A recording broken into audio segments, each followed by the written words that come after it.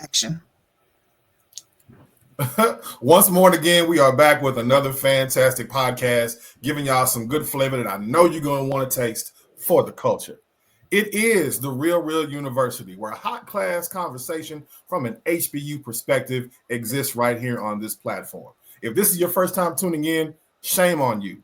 Tell your family, tell your friends, get some of this good game because we hit y'all with some good class. Click, like, and subscribe to the channel because we about to dive in for another wonderful episode right here, right here. To my right, your left, wherever you may be watching on your social media platform, is the wonderful and talented main stage performing diva, Miss Mia Ferguson. Mia, how you doing? I'm all right. How was everyone today? Welcome, welcome. Glad you could be here. I love the glasses, love the new look. Thank you so much. I'm trying a little something different with the HAIR. We dig it. We dig it. Just a little something different. Mm-hmm. And if you pay the phone bill and you can look right below her on your picture platform, you'll see the wonderful blonde bombshell, Miss Tyann Anderson, the lovely HBCU auntie. What's going on, fam? How you doing? Hanging on in there. Ladies and gentlemen, it's been a wonderful journey. We're doing some great things. We encourage you to continue to listen. But right now, I'm going to let Mia tell y'all who's going to break it down and give us some good game all the way from Howard University on this stage here tonight. Mia, talk to us. Who we got with us today? We have Miss Alaysia Lawson. My face is smiling from cheek to cheek, left to left, because two things are happening here. Alaysia is our first student to grace the presence of the Real Reel, so we can have a real conversation with a real college student in real time, because that's what we are, the Real Reel. And Alaysia is also the wonderful seed of a wonderful person in my life, and I have had the privilege of watching this young lady grow up in front of my eyes, and I'm so excited to have Alaysia here to discuss with us what she has cloned as the Howard Effect. Totally excited. So, Alaysia, thank you for taking time as a college student on your Sunday to spend some time with your uncle and your aunties. I'm so glad to be here. Thank you. Time. Hopefully, people walk.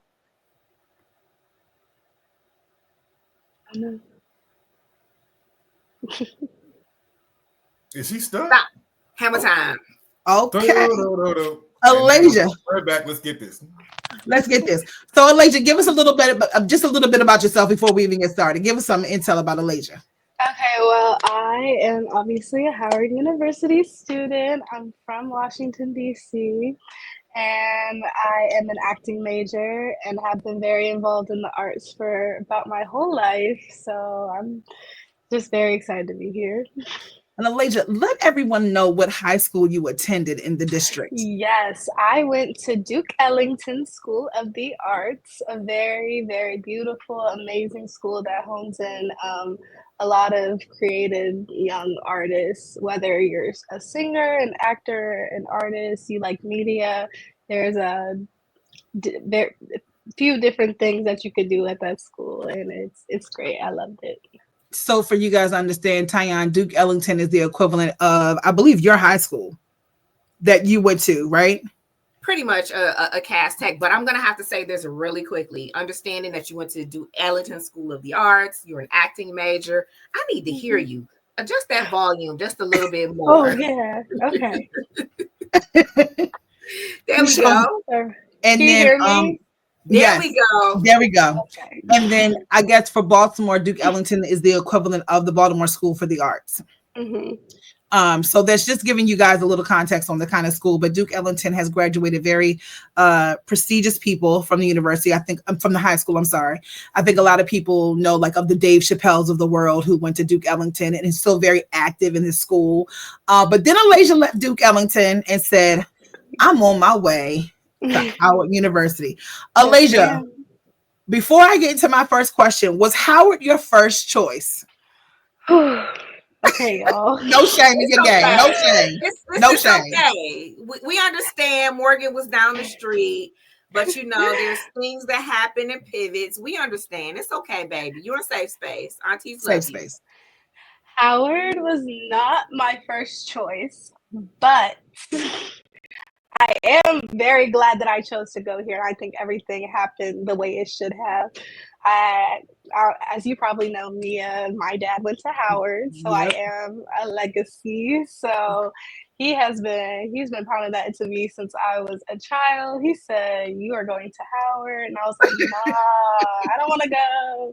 I want to go to NYU. Like I just was NYU. like, I want to go some random place. I want to leave DC." But I did not. I did But she not. did not. She did not. I ended Like, up right here, and I'm very grateful. I think it all worked out for the best. I love that's my how it HBCU. works. That's how it works, Alaysia. So let me ask you this question. So what is the biggest adjustment you had to make when you first started? Like freshman year, I'm in the mix, dropped off in the dorm. What was like that? What was that life like? It was crazy. Like the adjustment, like my freshman year compared to like where I am now is totally different. But I would say like the biggest adjustment I had to make was probably the workload, like and Mm, understanding like how like college works in general, to be honest. mm, Um, I would say like in high school, I did go to school from like 8 a.m. to 5, so I was already ready for the grind of like college. I was like, I got that. It's nothing. It was something. It was definitely a little different than what I thought.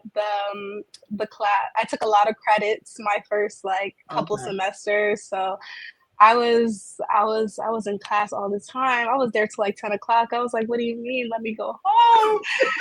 And so like that time management, that like living on your own without like your parents, like all of that was like an adjustment for me. You are not the first to say that, but that makes sense. That makes a lot of sense.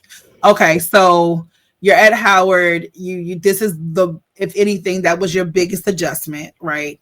So Mhm. then, when we move past that, Tyan, So, I um, mean, what's been your greatest experience so far? What's that one thing that you can Mm. say that caps your experience there, and that one story you're going to tell in the old folks' home when it's time? Oh my gosh, there's so many. It's really hard to choose. I'm gonna say off the top of my head, my first homecoming. hmm, All Okay. right. My Let's just yeah, say this: in my time at Morgan, I never missed the HU homecoming myself. because y'all Gotta give know, it. because y'all because know you you know. should do it the best. No, yeah, Howard Homecoming was something I was really looking forward to. I had known a lot about it. I like it was just, it's always hyped up. My first homecoming was really, really fun, especially like the concert part of it. I got there really Mhm. early with my friends and we like were camping out and I was like in the front like of the barricade. Like there was no leaving. Like I was there the whole time. It's the vibe. Uh, It's the vibe. Embrace the vibe. we saw a lot of people, and I touched Offset when he came over. It was like really cool.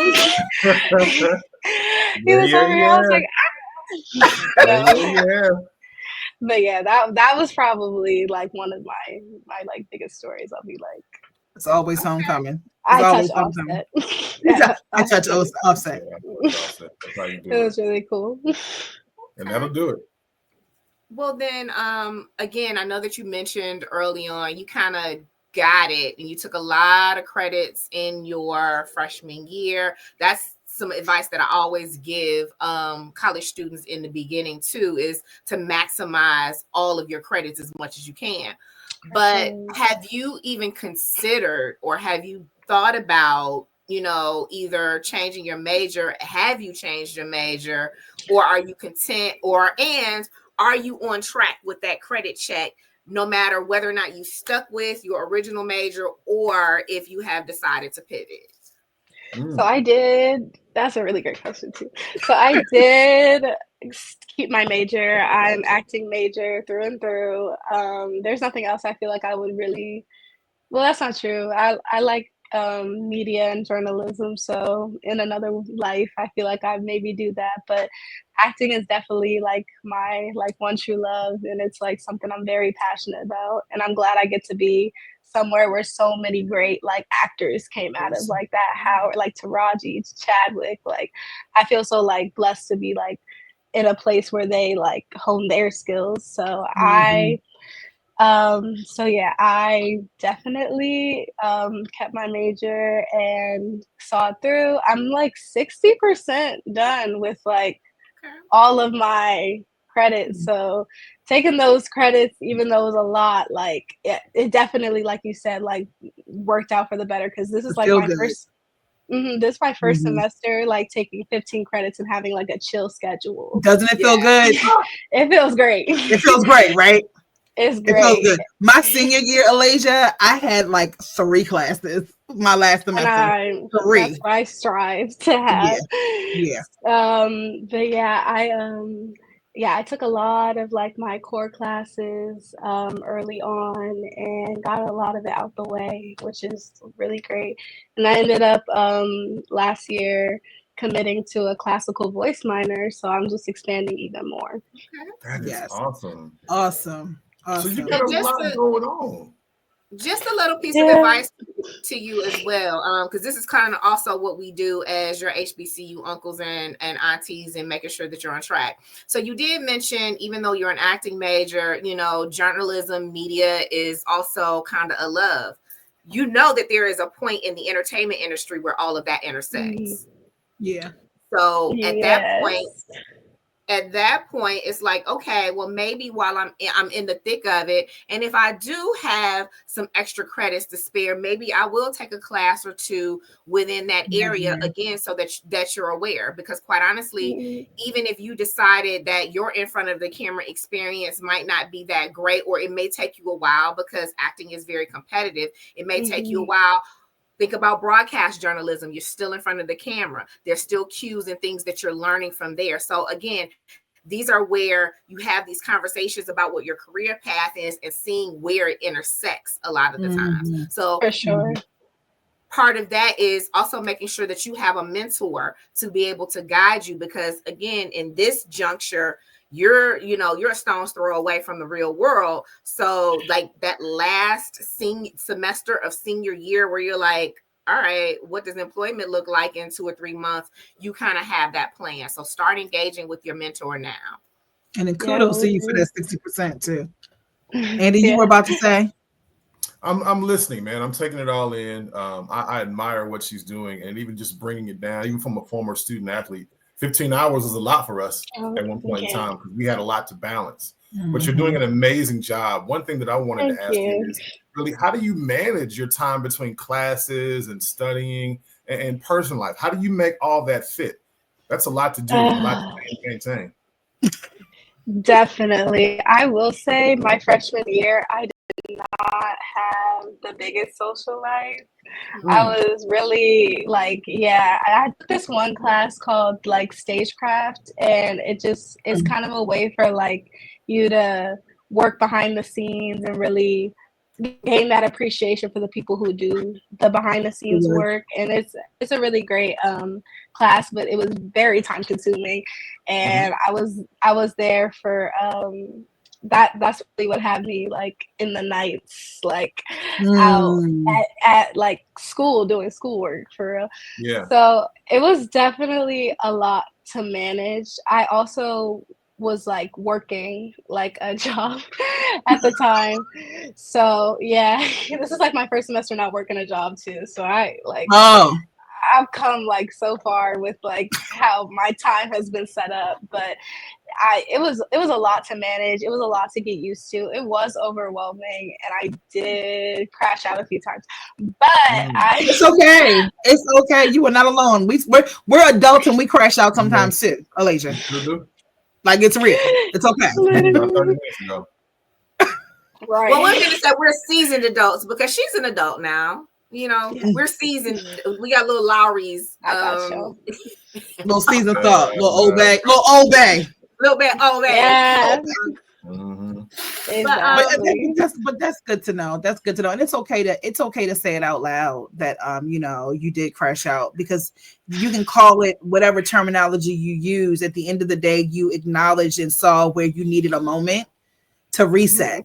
And that's so important. I think that I don't know if I reset when I was in college because I would just go, go, go, go, go, go, go, go, go, and didn't realize what reset or crash out really looked like until I got older. And I'm like, wait a minute, I'm taking a beat. Like I don't care what's going on around me right now. Everything is coming to a stop until I'm ready to press go again. So it's good that at your age, you're realizing the importance of being able to do that. I think that's something that college students, I would say college students probably get it because they're managing all of the things, like you said, your major, a job, social life. Whereas a student who graduates from high school and goes straight to work, they don't have to manage the course load. They are just managing at that point in time of life and all the things that are thrown. So one of the reasons why we started this entire concept was to give that guidance between that phase before real life, as Tyon mentioned, sets into play. You have some more time. College gives you a good 4 to 5 years to figure out the play in between real life actually starting again. Yeah, definitely. In a different phase of your life. Yeah. So that's, yeah, Andy, I'm sorry, I didn't mean to cut you off, but I just wanted to say no, that's it. That's really it. I'm digging what you're I doing. mean, It's called balance. balance. For real. and then also to kind of piggyback off of your response to Andy's question, again, making that shift and that pivot or taking baby steps into true adulthood. You mentioned that you worked a job. Like, how are you managing your finances? How important are your finances to you? And again, how are you getting through? I have I have a student, a current HBCU student as well, and literally after a few little mishaps and everything, like my mantra to him is finances first. For sure. Again, kind of give us a little bit of background into how you're managing your finances. Are you really realizing how important it is when you are a college student and juggle? I mean, you also have to juggle everything else, but juggling finances is important. So explain to us how you cope with that. I'm definitely learning that I'm very expensive. Like, Say that. I'm really expensive, and that's okay because I plan to finance that life for real. But I have been working since I was 16, like straight, really. I've always had like a job of some sort, and I really love working, and I really like being able to like make my own money. And obviously my parents are being like, save and do all this and all that, and I really try my best to. And sometimes I definitely fall off and I don't have as many funds as I thought I would, but I always bounce back. And like, I just think having a job also like kind of teaches you to like appreciate like yourself, and that like you have the resources like to take care of yourself. And like I just see like a lot of people on campus, and sometimes you could tell the people who have not worked a day in their life, and that's okay.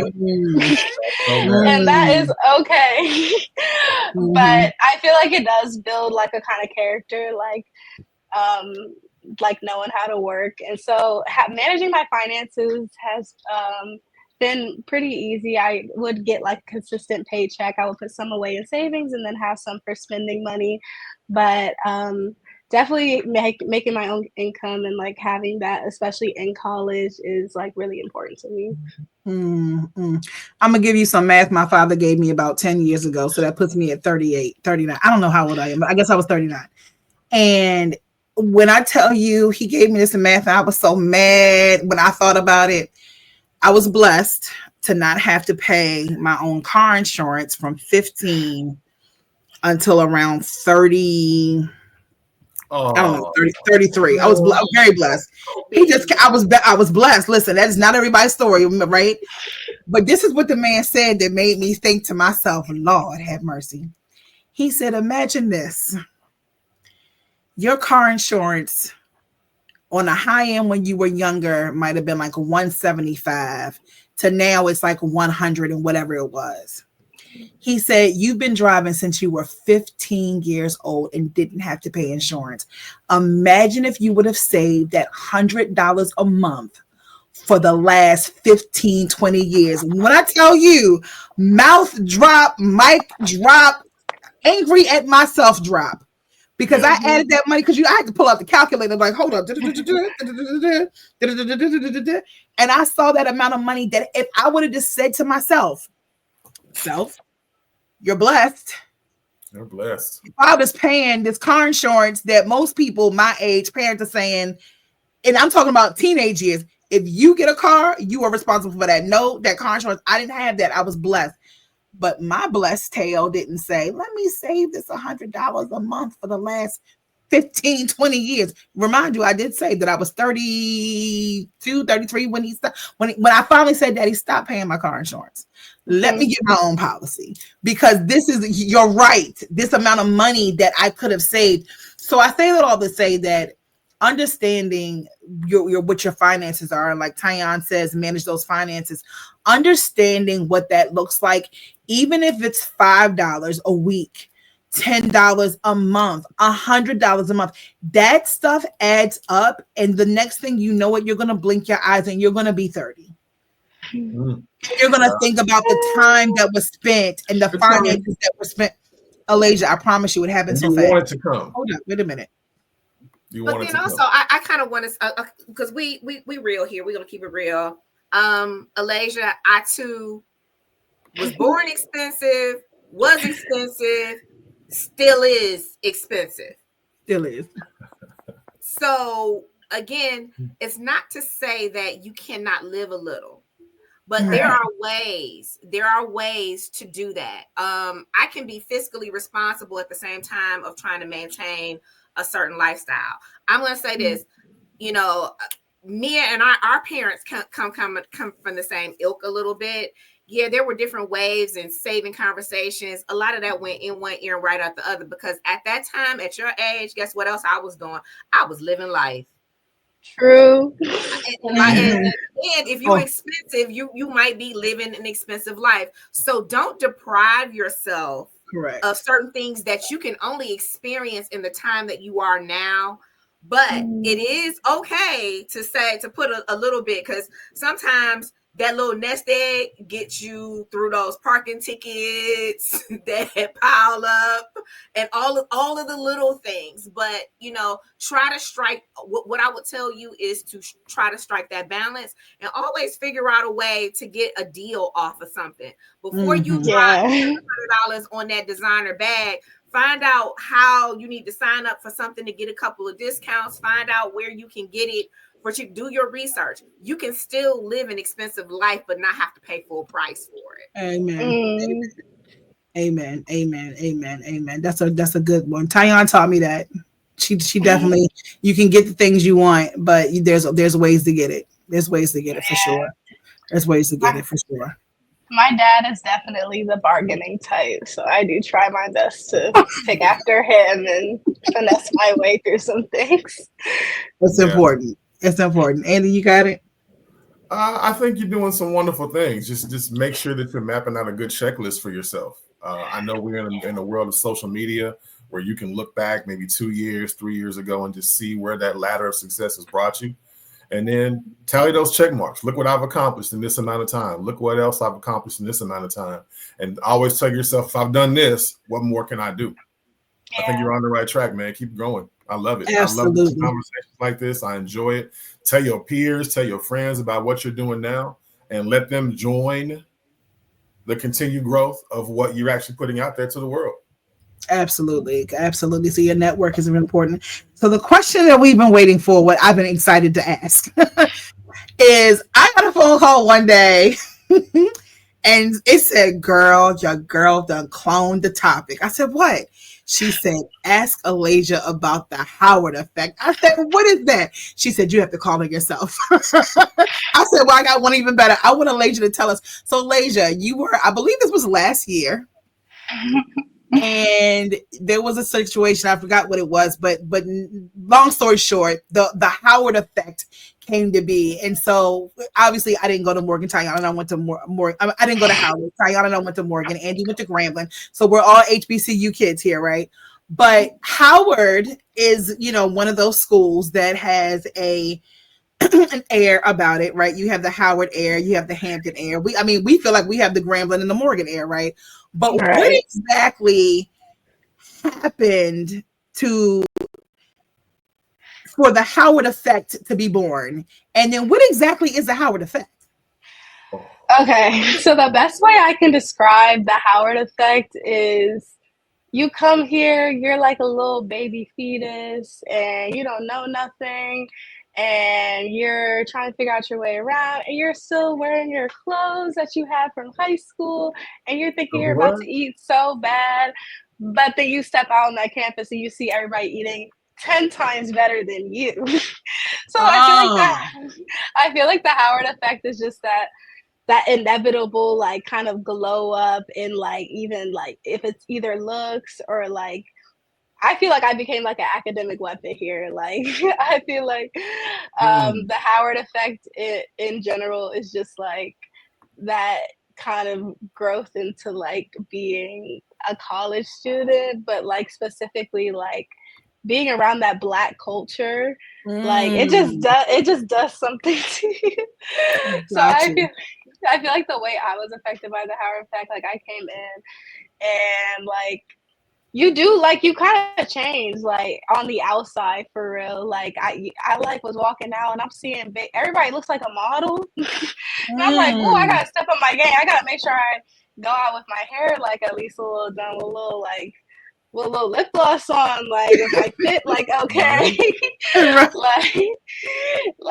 like you just like I could just look at myself from like freshman year and look at myself now, and over time you just learn like the ways of power. Like somebody said this the other day, they were saying that this campus is very like extroverted, and I think that's like that's really true because like nobody's inside, everybody's always outside, and when you walk on that campus it's like a fashion show every day, so you got it's kind of just stepping up your game.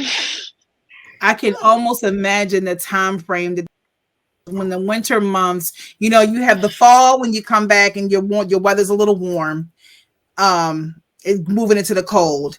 And then you have the end of the semester, it's cold and everyone's kind of grinding because, you have your midterms and things are going on, finals. You come back on that campus for that spring semester. Raps. We have a term, it was called bridgeology, honey. And let me tell you, everybody. And bridgeology was similar to the Howard effect in the I think so. Because literally that bridge was the walk. That was the runway. That was the runway. I mean, I thank Morgan State University for really teaching me how to walk in heels, because we had to walk that cobblestone. But we walked in heels through cobblestone to get to that bridge, and you didn't want to take no L's when it was that time. So I think maybe it could be an HBCU thing, and I think the lesson in that too is we have to look good in what we do. We have to be poised in everything that we do, because once we get out on that stage, in order to get the attention that we deserve, a lot of the times we have to be more refined. We have to be a little bit more prim and proper. So literally what these effects are doing is our checks and balances while we're there to get us there. Like you said, your glow up has come from there. And had you, not necessarily recognized what was around you, you probably still kind of would have been in that same grain. But it was your peers and everything that was going on around you that made you realize, hey, you know what? It's time for me to step it up a little bit, which is not necessarily a bad thing. I mean, a lot of people can perceive it as being very materialistic. No, there's a lesson in it. It's taking pride in how you look. It's taking, it's taking that extra step. It's putting that polish on yourself. Yeah. And that's really how you want to present yourself to the world. You want to give your best to the world. And I I think, agree. yeah, I think Alaysia and I have similar backgrounds just in education. So most of my educational career, I went to a predominantly white school, Mm, and then I went to a high school that was predominantly black, but still a nice mix of culture. And then I exactly. went to a HBCU, right? Mm-hmm. And so the first thing I appreciated going to high school was I miss wearing a uniform because I didn't have to think about what I had to wear every day when I was in middle school. That was literally, we're like the Miss, same person. you're That's right. exactly I what missed it. happened. And then when I got to high school, I was like, okay, this is a little different. But I was in that college preparatory, that business preparatory space. So we had certain days that we had to do certain things. When I got to Morgan, I was like, oh, I can wear whatever I want to wear. And my mother kind of guided me. You want to have these kind of suits. You want to have this, even on your chill days, a nice pair of jeans, a cute boot, a nice sweater, a nice bag. You're on and popping. You get here and then you kind of feel comfortable in your space because no matter where you are, you have all these kids, these students around you, and there's someone who's matching your vibe a little bit. So it's like you Mm-hmm. don't feel awkward about your style, even if it's not somebody else's style. But I loved hearing that how it affects, because when I heard it, I said, oh, she's seen what that HBCU life is like. It's Yeah, just different. It's different. it's different. I would It's definitely, I would definitely say that before I got here, like in high school, I feel like I was like, I don't feel like I was like really my full self. Like, I feel like mm, I was dressing with trends. I was like acting on trends or how my friends were.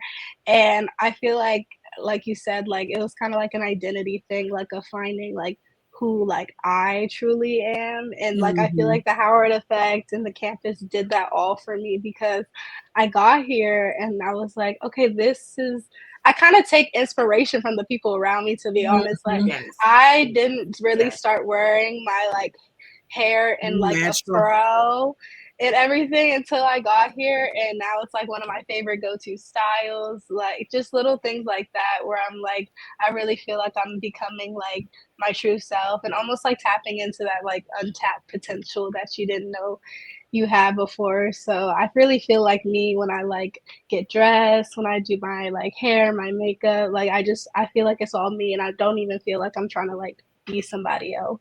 I love it. And that is the perfect way to end this episode with Miss Alaysia Lawson, Howard University sophomore student. Alaysia, let everyone know where they can find you. I'm sure you have some productions coming up soon. Let us know Yes. this is the deal. Yes, I if I have anything going on, I usually post it on my Instagram, but you can follow me on Instagram at Alaysia.Simone. Should yeah, I see it rolling down here. Yeah, that's me. That's it. Yeah. And are there any projects you have coming up with at school or anything outside of school? Are you working outside of school yet or no? I am currently actually in a doing a staged reading at the Shakespeare Theater, which is very Hmm. exciting. It's a play called Dilemma of a Ghost, and it's set in Ghana, and it's a really I perform in like 2 Mondays from now, so very Oh, soon. Keep us But posted. yeah, I will. I got you. yes. Okay. Okay, Yeah, Alaysia. but it's yeah. Oh, thank you so much for taking some time on this Sunday. I know it's probably Thank you your for chill day. having me. Oh, no Absolutely. problem. You're one of ours Absolutely. now. You're our You're one baby. of ours. Absolutely. Yay! Welcome to the Well, here, fam. here Fam. we are. Here we are, guys. The Real University, your HBCU uncle and aunties, with Miss Alaysia Simone, just talking about real things, real life from the college perspective. Here to be whatever that village support is. Alaysia, thank you again and have a Thank you great so much. Sunday. Thank you for having me. Thank you. Bye. Okay.